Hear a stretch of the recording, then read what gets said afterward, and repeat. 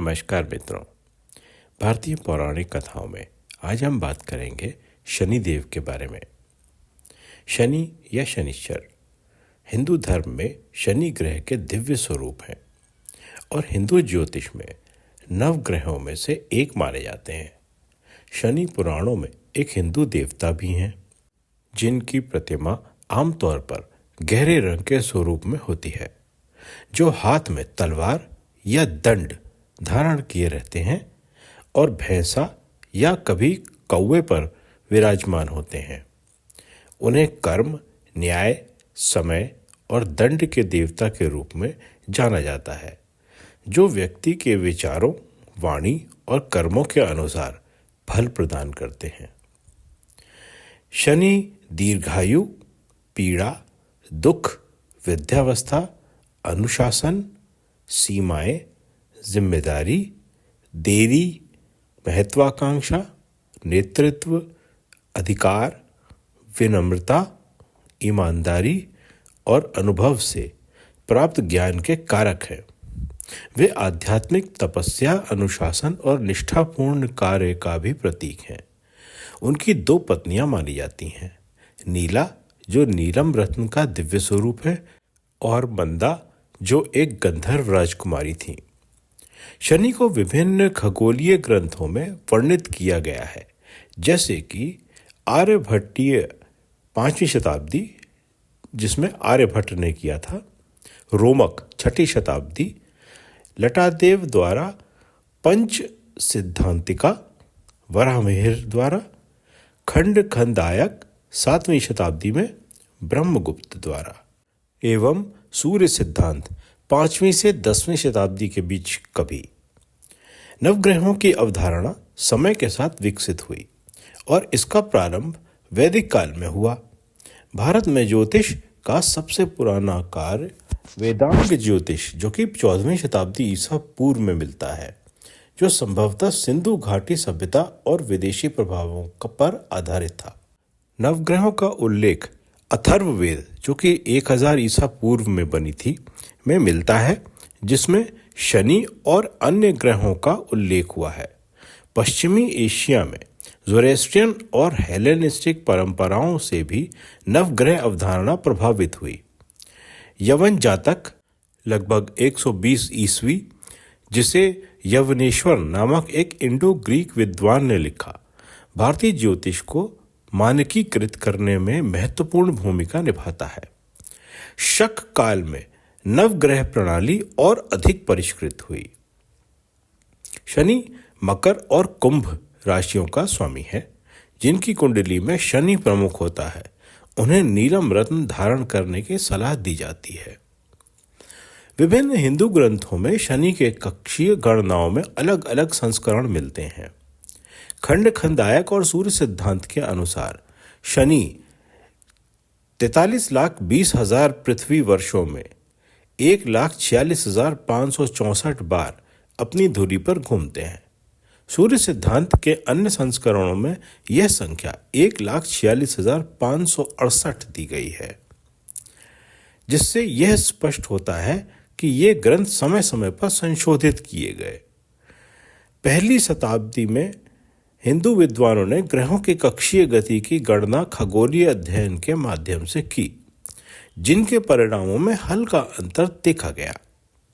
उदाहरण के लिए सूर्य सिद्धांत के अनुसार यह गणना 10,765 दिन, 18 घंटे 33 मिनट और 13.5 सेकंड के लगभग है।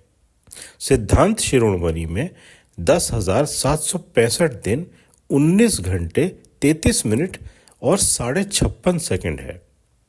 टॉलमी द्वारा की हुई गणना में यह 10,758 दिन, 17 घंटे 48 मिनट और 14.9 सेकंड है। 20वीं शताब्दी की गणना के अनुसार यह गणना 10,759 दिन, 5 घंटे 16 मिनट और लगभग 32 सेकंड है। शनिदेव को नीले या काले वस्त्र धारण किए हुए गहरे रंग के स्वरूप में दर्शाया जाता है। वे आमतौर पर एक गिद्ध, कौवे या लोहे के रथ पर विराजमान होते हैं, जिसे 8 घोड़े खींचते हैं। उनके हाथों में धनुष, बाण, कुल्हाड़ी और त्रिशूल होता है। शास्त्रों में उन्हें अक्सर एक बड़े कौवे या गिद्ध की सवारी करते हुए दिखाया गया है, जो सदैव उनके साथ रहता है। कुछ हिंदू ग्रंथों में उन्हें घोड़े, सांप या भैंस की सवारी करते हुए भी दर्शाया गया है, जबकि पूर्वोत्तर भारत और नेपाल के बौद्ध ग्रंथों में वे कछुए पर सवार बताए गए हैं।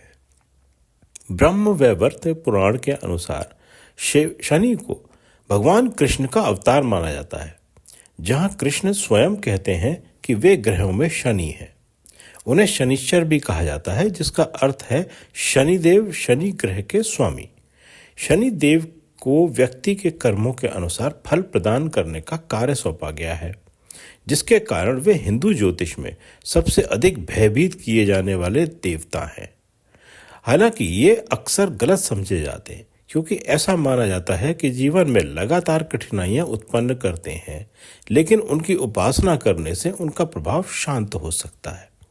शनिदेव केवल दंड देने वाले नहीं, बल्कि एक शिक्षक भी हैं, जो अनुशासन और कर्म का महत्व सिखाते हैं। उनकी पूजा और उपासना से व्यक्ति जीवन में संयम, अनुशासन और न्याय के मार्ग पर चल सकता है। भारत की कई भाषाओं में शनिवार का नाम शनिदेव के आधार पर रखा गया है। आधुनिक हिंदी, उड़िया, तेलुगु, बंगाली, मराठी, उर्दू, कन्नड़ और गुजराती में इसे शनिवार कहा जाता है। तमिल में शनि केजामे, मलयालम में शनियाजचा और थाई भाषा में वानसाओ कहा जाता है। मध्ययुगीन काल के हिंदू ग्रंथों में शनिदेव को अशुभ ग्रह माना गया है, जो उनके कर्मों के अनुसार लोगों को दुर्भाग्य और हानि का फल देते हैं।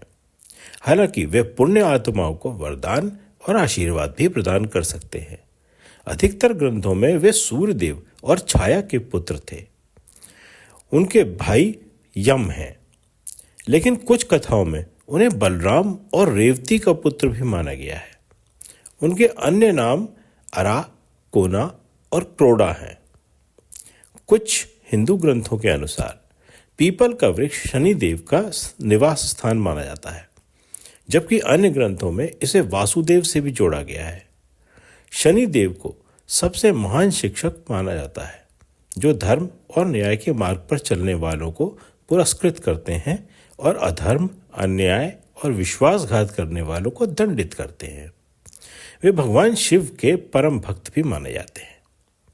वर्ष 2013 में तेलंगाना के मेडक जिले के संगारेड्डी मंडल के येदनूर गांव में 20 फीट ऊंची शनि देव की प्रतिमा स्थापित की गई थी।